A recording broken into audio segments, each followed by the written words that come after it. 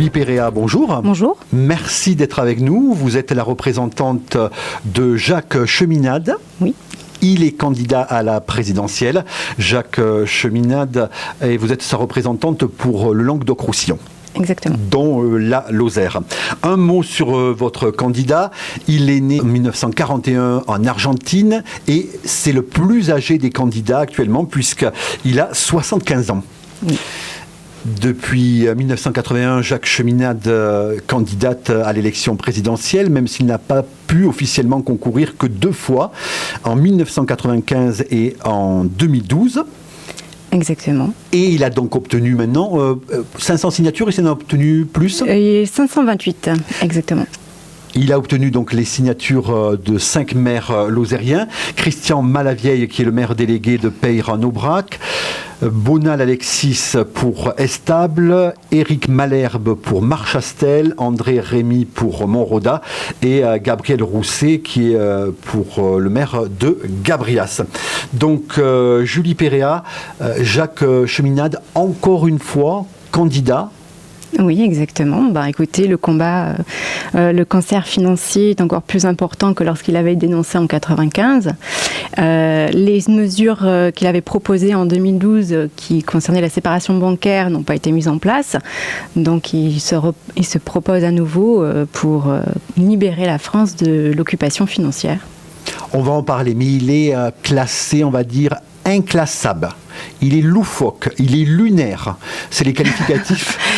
C'est les qualificatifs qui ne manquent pas pour caractériser Jacques Cheminade et son projet présidentiel qui est un peu particulier. Je pense que c'est certains journalistes qui le qualifient ainsi.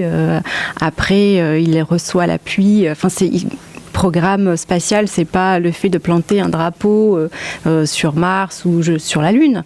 C'est tout un état, c'est tout un tas de recherches scientifiques qui peuvent se faire dans l'espace, qui nous apprennent aussi beaucoup de choses sur l'écosystème de la Terre, le système solaire ainsi que le système galactique dans lequel nous évoluons, qui peuvent avoir des incidences sur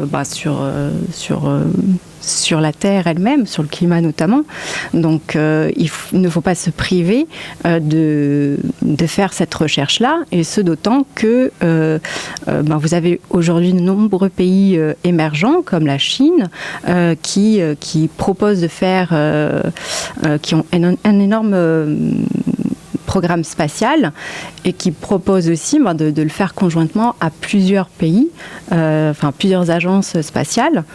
Et ensuite, vous avez aussi de nouveaux pays qui entrent dans cette dynamique, comme par exemple un pays comme l'Éthiopie a envie de construire ses propres satellites aujourd'hui. C'est le seul candidat qui propose justement ce programme spatial. Il propose 500 milliards, mais au niveau mondial. Au niveau mondial, le chiffre, je ne le connais pas par cœur. Maintenant, c'est effectivement ce qu'il faut...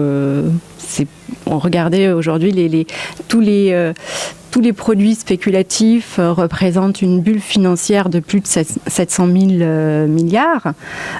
Pourquoi ne pas investir cet argent-là qui est fait pour faire de l'argent plutôt dans un programme spatial au niveau mondial pour se prémunir notamment des dangers venant de l'espace comme les astéroïdes, comme l'ont proposé notamment les Russes, avec un programme d'initiative, avec l'initiative de défense terrestre qui vise notamment à équiper de sondes de la Lune et certains, notamment Mars par exemple, pour voir derrière le Soleil, parce que nos instruments ne nous permettent pas de voir directement ce qui arrive derrière le Soleil, donc ça permettrait de faire des postes d'observation d'autres endroits pour aller voir derrière le Soleil, ce qui nous arrive potentiellement sur le coin de la figure.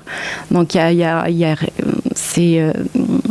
je ne me souviens plus les dates précises, mais vous avez des astéroïdes qui frôlent la Terre au niveau de l'univers, de la taille de l'épaisseur d'un cheveu quand même. Donc, si on ramène ça à l'univers. Donc, c'est plutôt inquiétant et on préfère... c'est dommage qu'on ne s'intéresse pas à ce genre de sujet et qu'on ne donne pas la possibilité aux chercheurs de trouver des solutions dans l'avenir. En sachant qu'en France et dans le monde, il y a d'autres problématiques. Il y a des gens qui meurent de faim ou qui sont très mal logés en France. Et comment faire comprendre aux électeurs qu'on peut donner des millions pour l'espace et beaucoup moins pour la pauvreté? Ah, mais il ne s'agit pas non plus c'est là où on voit qu'on est sous occupation financière, puisque toute la finance aujourd'hui part dans la spéculation. Il ne va pas sur des projets d'aide, des projets de construction de l'infrastructure, que ce soit au niveau européen ou bien au niveau de l'Afrique ou d'autres pays dans le monde qui en ont besoin pour aider leur population à s'en sortir. Et comment je peux dire donc tout ça, on est dans un système qui est en plein effondrement culturel aussi, parce qu'il résonne sur le court terme. Il faut faire du profit à court terme et justement, les humains ne rentrent plus dans l'équation. Donc on ramène beaucoup de choses à des chiffres au niveau européen, mais derrière on oublie qu'il y a des êtres humains derrière ces chiffres. On parle beaucoup de la Guyane actuellement, et en ce qui concerne les dom-toms, Jacques Cheminade veut créer 4 villes flottantes expérimentales qui disposeront d'un haut potentiel de développement maritime. Alors, je ne suis pas forcément calée sur ce sujet bien précis, mais il s'agit d'abord de pôles de recherche, si je crois bien me souvenir. Et ensuite, oui, à partir de ces îles, il y a la possibilité d'étudier, je ne me souviens plus les termes exacts, c'est ce serait donc des villes où on fait des études expérimentales, oui, dans le domaine maritime. Ce serait exactement ça, notamment pour les comment on appelle ça là, les continents déchets, ce serait aussi pour observer la manière dont ça fonctionne et pour s'en débarrasser une bonne fois pour toutes avec le moins d'incidence possible, aussi bien sur les écosystèmes marins que pour les hommes à terre, puisqu'on sait que les déchets qui se retrouvent, les déchets plastiques notamment qui se retrouvent en mer, cause beaucoup de dégâts dans la faune, dans l'écosystème marin. Et il faut trouver des solutions mais avant de trouver les solutions, il faut permettre aux chercheurs d'étudier tous ces phénomènes de A jusqu'à Z. Il y a eu notamment, je crois, l'observatoire océanologique de Banyuls qui a fait des découvertes sur le sujet, avec notamment un autre observatoire au Japon, je ne me souviens pas le nom par contre. Il y a des bactéries qui mangent des petites bactéries qui mangent les déchets plastiques en mer. Le problème, c'est qu'on ne sait pas encore jusqu'où ça va et quelles conséquences ça peut avoir sur les écosystèmes, y compris les humains. Donc il faut étudier tout ça, et ces villes flottantes permettraient justement de mettre les chercheurs au plus près de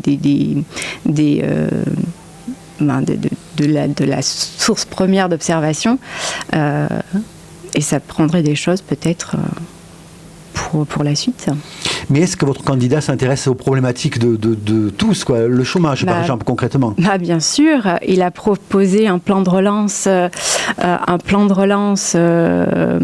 avec la création de 1 million d'emplois tous les ans sur une période de 5 ans, en investissant 100 milliards sur chaque année. Et à court terme, pour la première année, c'est créer des 100 000 postes, aussi bien pour la petite enfance que pour les personnes âgées. Donc pour l'aide à domicile aux personnes âgées. Donc ce sont des emplois que l'on peut créer assez rapidement et qui permettraient à des chômeurs de retrouver un emploi assez facilement, parce que ça ne nécessite pas une formation énorme et conséquente. Après, sur le plus long terme, bien sûr, il faut il faut les emplois, il y a la possibilité de créer des emplois via pour la remise en ordre, la remise la remise en état de l'infrastructure, aussi bien routière, ferroviaire, les ponts, les canaux, parce qu'il y a beaucoup d'infrastructures qui sont très fragilisées et qui tombent en ruine dans certains coins. Alors, j'ai fait pas mal de routes ces derniers temps. Il y a certaines routes qui sont quand même un peu chaotiques. Donc là encore, on peut investir massivement tout en créant des emplois. Mais il faut s'en donner les moyens. Pour ça, il faut sortir d'une logique d'austérité, une logique de court terme, parce que l'État aujourd'hui gère tout à court terme. C'est pour ça que Cheminade propose, depuis 2012 en particulier, de faire une séparation bancaire pour mettre en faillite le système bancaire, le remettre à plat, mettre en faillite les banques d'affaires qui ne voudraient faire que de la spéculation, pour protéger l'économie réelle qui est susceptible de financer tous ces projets ou de participer à la reconstruction de toutes ces infrastructures. Et ensuite, il propose aussi, parce que ça ne suffirait pas, pour l'offre publique, il s'agit aussi de revenir à un système de crédit public, donc à une banque nationale, pour financer justement tous ces projets d'infrastructure sans que ça coûte quoi que ce soit à l'État et aux contribuables.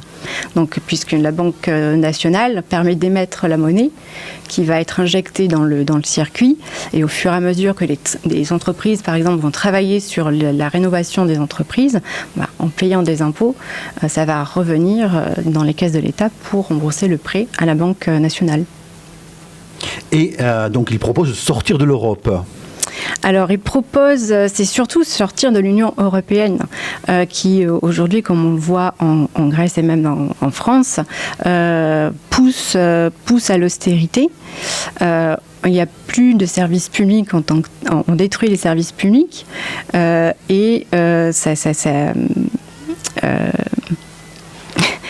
comment dirais-je, l'Union européenne est une courroie de distribution des milieux financiers de la City et Wall Street qui ne raisonne qu'à court terme et qui ne propose plus d'avenir de long terme pour les populations. Donc il faut sortir de cette Union européenne-là pour refonder une autre Europe sur la base de projets communs de développement associés à nouveau à des monnaies nationales, mais pourquoi pas aussi à une monnaie commune, mais plus une monnaie unique. Plus d'euros, donc on reviendrait au franc. On peut conserver une monnaie commune, mais pas une monnaie unique, parce que c'est ce qui a poussé à un moment donné à aller, c'est ce qui nous amène droit dans le mur à l'heure actuelle. Donc il faut sortir de ce. Disons que l'euro a été, je ne sais pas comment l'expliquer très clairement. Il faut revenir à un autre système de crédit qui serve les intérêts des populations en fait. Donc et des entreprises. Une monnaie souveraine, une monnaie nationale. Oui, on voilà. revient à une monnaie nationale. Mais un mot sur le terrorisme. Le candidat veut mettre en place un centre de lutte antiterroriste adossé au ministère de l'Intérieur, mais également à la présidence, pour prendre des décisions peut-être plus concrètes sur le terrorisme. Je pense qu'il faut déjà s'attaquer au cœur du problème avec le terrorisme. Il faut une nouvelle politique étrangère, notamment vis-à-vis de l'Arabie Saoudite, dont il a été fait, je dirais, la preuve, notamment par un rapport du Congrès américain qu'ils avaient soutenu au moins 2 des terroristes des attentats du 11 septembre, et qui soutiennent le terrorisme aussi à travers des ONG soi-disant humanitaires. Donc il y a des millions de documents là-dessus. Donc il faut que la France revoie son partenariat avec l'Arabie Saoudite et qu'elle abandonne le dialogue avec certaines personnes là-bas pour le renouer avec d'autres qui veulent quand même une progression dans leur propre pays. Et il faut rompre avec le radicalisme, un certain radicalisme wahhabite là-bas, déjà, pour arriver à combattre efficacement le terrorisme aussi chez nous. Et ensuite, il faut notamment peut-être aller voir aussi dans les banques, peut-être pas forcément celles en France, mais il faut bien que l'argent circule quelque part. Donc en allant voir aussi dans les banques qui finance quoi, parce que bon, les terroristes, ils sont bien financés quelque part, donc il faut lancer aussi au niveau international une analyse de ce genre de choses pour combattre efficacement le terrorisme à l'échelle internationale. Merci Julie Péréa, vous êtes la représentante de Jacques Cheminade dans le Languedoc-Roussillon. Oui. Et puis à bientôt, puisqu'il y aura les candidatures également pour les législatives. Merci beaucoup.